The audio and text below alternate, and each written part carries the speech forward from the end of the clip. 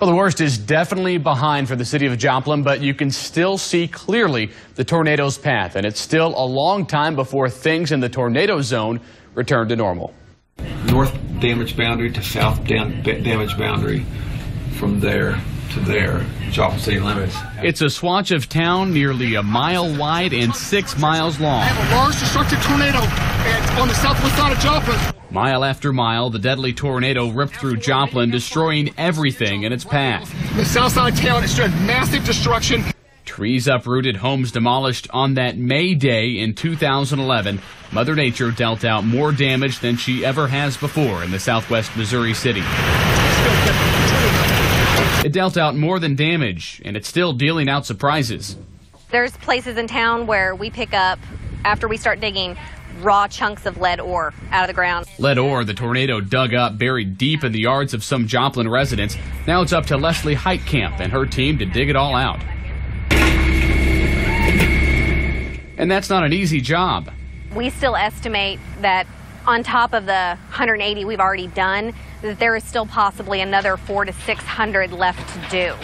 The city of Joplin now requires the residents moving back into the tornado zone to test for lead.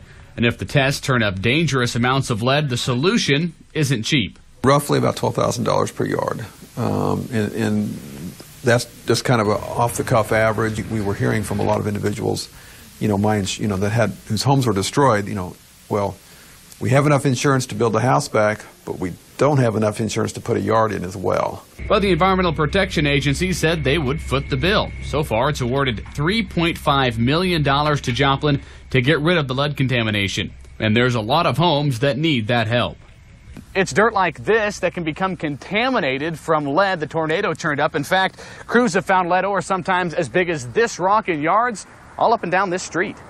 I think there may be one or two on this street that were not contaminated. Wow. But almost every single house, and it's like this way for 8 blocks that direction and 9 blocks this direction. This isn't Joplin's first run-in with lead contamination. The city was once home to countless lead mines and smelters in the early 1800s and 1900s before anyone knew the danger of lead poisoning. The EPA found the problem in the 1990s and cleaned up more than 2,300 yards in the city. But some of that contamination remained deep in the soil, out of reach. There it is. It's on the ground. I see it. Until that infamous day in May. Now here's a look at the city of Joplin. This outline here, this red part, that's where the tornado went through. And as you zoom in, each one of these red dots on this map, well, that's a yard that tested too high for lead poisoning, and more than 400 sites still need to be excavated 2 years later, and still a lot of work to do in Joplin.